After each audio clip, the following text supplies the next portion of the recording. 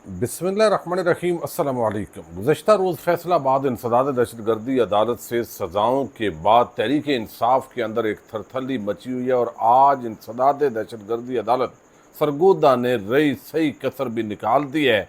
रावलपिंडी से भी अलीमा खान और गंडापुर समेत मुख्तलिफ शख्सियात की गिरफ्तारी के लिए बाकायदा हुक्म जारी कर दिया गया है। आम तफसीलात इस वीडियो में आपके सामने रखनी है। ऑल पार्टीज़ कॉन्फ्रेंस भी शुरू है, अलामिया भी थोड़ी देर बाद आएगा, लेकिन अल्टीमेटली क्या 5 अगस्त की ये जो तहरीक है ये कोई इम्पैक्ट क्रिएट कर पाएगी और इमरान खान की जो रिहाई है उस मामले से लेकर आगे तहरीक इंसाफ जो है वो जिस तरह उनको पार्लियामेंट से निकाला जा रहा है, तो अवाम अगर बड़ी तादाद के अंदर मोबिलाइज नहीं होती तो फिर क्या जो है वो इसका रिज़ल्ट होगा। इस सारी सूरत हाल पर बात करेंगे और इसके साथ ही कुछ और जुड़ी हुई ख़बरें हैं। और वो ईरानी सदर कल पाकिस्तान पहुंच रहे हैं, इस पर भी हम बात करेंगे। और इसके साथ ही एक बड़ा नाखुशगवार वाक़या रूनमा हुआ है। एक तो बन्नू के अंदर जो दहशतगर्द हैं उनके ख़िलाफ़ ऑपरेशन किया गया और फिर कच्चे के जो डाकू हैं उन्होंने आज एक बड़ा हमला किया है एलीट फोर्स पर। ये भी बहुत ही आम किस्म का हमला था। इसकी तफसीलात भी आपके सामने रखेंगे।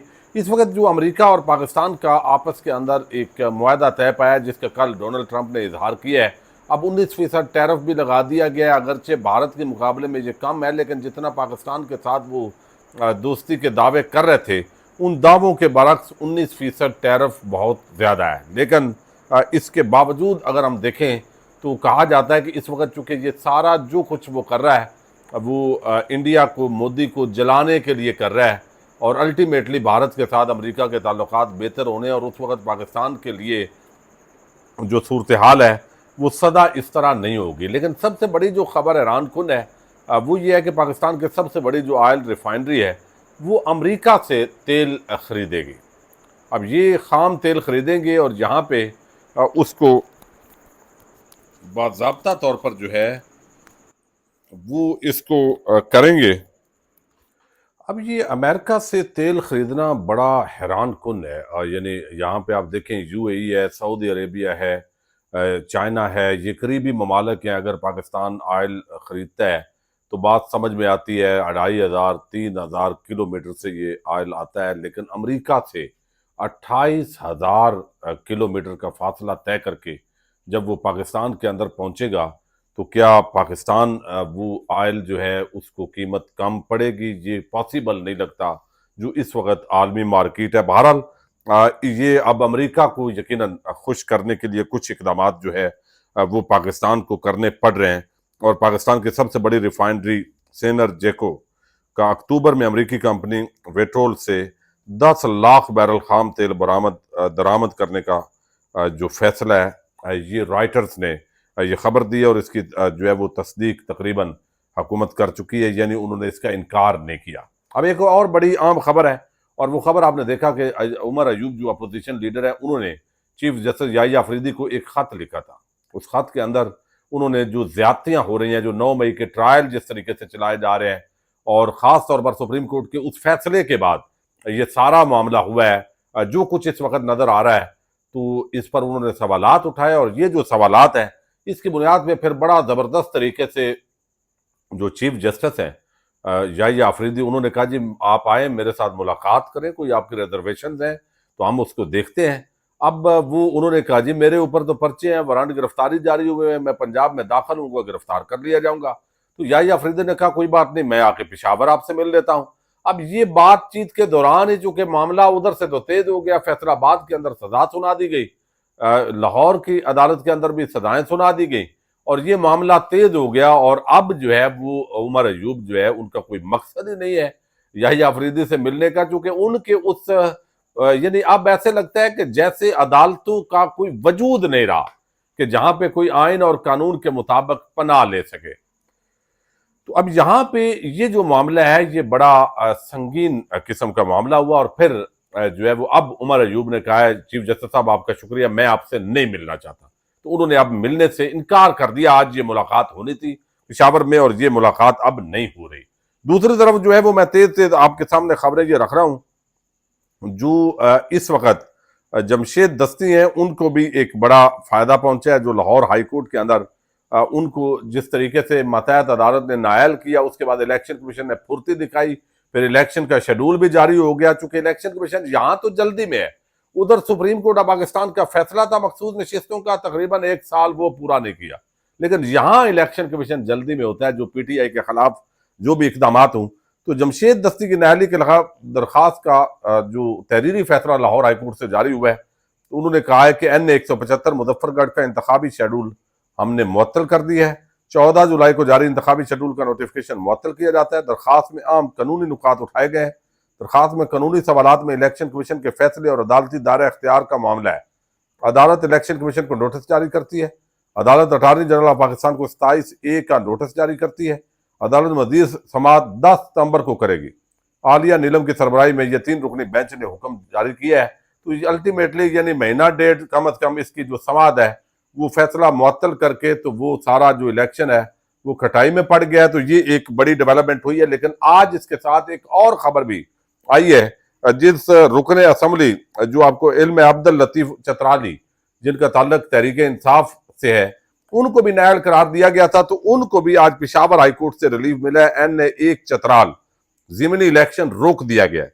PTI के अब्दुल लतीफ को सजा के बाद इलेक्शन कमीशन ने डी नोटिफाई किया था, तो वो फैसला मुअत्तल कर दिया गया है, नोटिस जारी किया गया और अब आगे यहां भी फैसला जो है वो दोबारा होगा। लेकिन आज हैरान कुन तौर पर जो सबसे बड़ी सजा सुनाई गई है अब तक 9 मई केसेस के अंदर, वो लाहौर यानी सरगोदा से सुनाई गई है। सरगोदा आपको इल्म में एक जज अब्बास थे और वो डट गए थे और फिर उनके साथ जो कुछ हुआ वो सब ने देखा। उन्होंने भी खत लिखा था लाहौर हाईकोर्ट के उस वक्त के चीफ जस्टिस मलक शहजाद, और फिर मलक शहजाद साहब को हटाया, आलिया नीलम साहब को लाया गया। अब ATC सरगोदा जुडिशल कम्प्लेक्स मियां वारिस से मुताल्लिक केस का एक फैसला सुनाया गया। इंसदाद दहशतगर्दी सरगोदा ने गिरफ्तार मुलजम मोहम्मद इस्माइल को ये 25 साल कैद की सजा सुनाई है। ये यहाँ पे जो है वह सजा सुनाई गई है। मलक अहमद खान बुच्चर, बिलाल एजाज अहमद चट्ठा समेत 51 मुल्जमान को इश्तिहारी करार दे दिया है। यानी कहीं पे इश्तिहारी, कहीं पे वारंट गिरफ्तारी जारी, और अदालत ने की पुलिस को 1 माह में मुल्जमान को गिरफ्तार करके अदालत पेश करने की हिदायत। अब ये सारी डेवलपमेंट हुई है। तो अब तक की जो सबसे बड़ी सजा है ये ATC सरगोदा, उन्होंने एक मुलजम को मोहम्मद इस्माइल को 25 साल कैद की सजा सुनाई है। यानी इस तरीके से इस पैटर्न पे जो अदालती फैसले हैं वो इस वक्त आ रहे हैं। अब इन हालात के अंदर जो है वो एक डेवलपमेंट रावलपिंडी से हुई है, जहां हमने देखा कि 50 से ज्यादा लोगों के वारंट गिरफ्तारी जारी किए गए, नाकाबिल जमानत वारंट गिरफ्तारी के भाई इनको पकड़े और अदालत में पेश करें। वहां पे अब अलीमा खान और अली अमीन गंडापुर समेत 18 रहनुमाओं को गिरफ्तार करने का हुक्म जारी किया गया है। ये एक बड़ी जो है वो डेवलपमेंट हुई है। यानी अलीमा खान और अली अमीन गंडापुर अब वो अदालतों से ज़ाहिर है इसको मुअत्तल करवाएंगे या अदालत के अंदर पेश होंगे। लेकिन इसका मकसद क्या है? यानी एक तो मामलात रूटीन के अंदर चल रहे हैं, लेकिन दूसरी तरफ हम देख रहे हैं कि जो ही ये सारी चीजें यानी जो ये एहतजाज आगे बढ़ता जा रहा है, इसी तरीके से हम देख रहे हैं कि ये सब कुछ जो है वो आगे जो मामलात हैं वो आगे बढ़ रहे हैं। यानी 5 अगस्त के एहतजाज से पहले तहरीक इंसाफ जो है वो शदीद तरीन इस वक्त दबाव के अंदर है।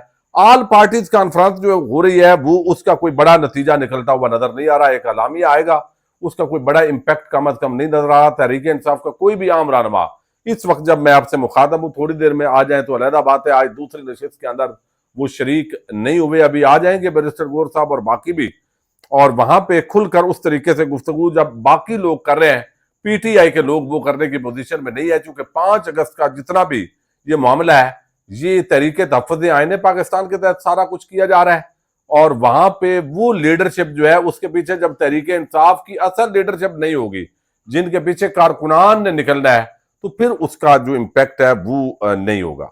अब अवाम के अंदर गम गुस्सा है।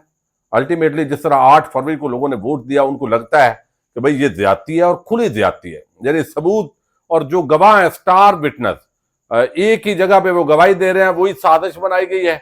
चक्री मीटिंग, लाहौर मीटिंग, और वो सुन रहे थे, और उसी की बुनियाद पे एक बंदा एक से ज्यादा जगहों पे मौजूद है। उधर अदालत सजा सुना रही है, दूसरी सुना रही है कि वो सरगोदा में था, तीसरी सुनाएगी वो लाहौर में था। तो अल्टीमेटली ये यानी केस नहीं है टिकने वाले, ना ये सजाएं टिकने वाली हैं, इंतहाई कमजोर किस्म की सजाएं हैं।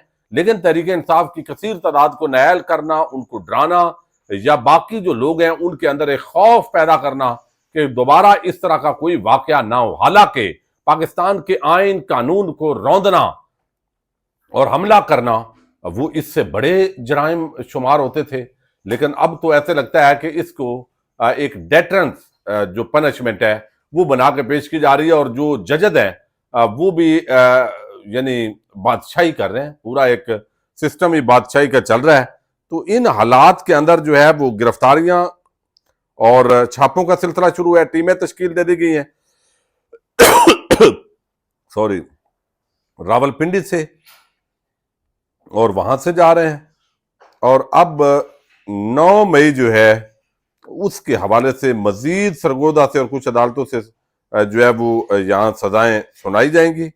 और तहरीक इंसाफ की जो लीडरशिप है उसकी बड़ी तादाद जो है वो इसका शिकार होगी। अपोजिशन अलायंस के इजलास में 5 अगस्त के हवाले से आज लाया अमल दिया जाना है, लेकिन तहरीक इंसाफ की मरकजी क़यादत में से कोई भी मौजूद नहीं है इस वक्त तक। जब मैं आपसे मुखातब हूँ 1:15 बजे का टाइम है, तो ये अगर संजीदगी का आलम है तो इसका मतलब ये है कि इमरान खान और अवाम तो एक पेज पर हैं, लेकिन दरमियान में तहरीक इंसाफ की कुछ लीडरशिप और कुछ बेचारे ऐसे भी हैं जिनके वैसे जेन्युइन केसेस ही इतने हैं, वो इतने लफड़ों में पड़े हुए हैं, और उसको भी हमें जो है वो स्पेस देनी चाहिए उन लोगों को भी। तो ये तहरीक बगैर एक तवील तहरीक चलानी पड़ेगी और उसके जरिए पूरी पाकिस्तानी कौम के करोड़ों लोगों को मोबिलाइज करना पड़ेगा, लाखों लोगों को सड़कों पर लाना पड़ेगा, और फिर ये एक इम्पैक्ट जो है वो क्रिएट होता हुआ दिखाई दे रहा है। वक्ती तौर पर इस वक्त हुकूमत का और इदारों का जो पलड़ा है वो भारी है, खास तौर पर डोनाल्ड ट्रंप और इंटरनेशनल सेटलमेंट के बाद चीजें उनके लिए जो है वो बेहतर जा रही है।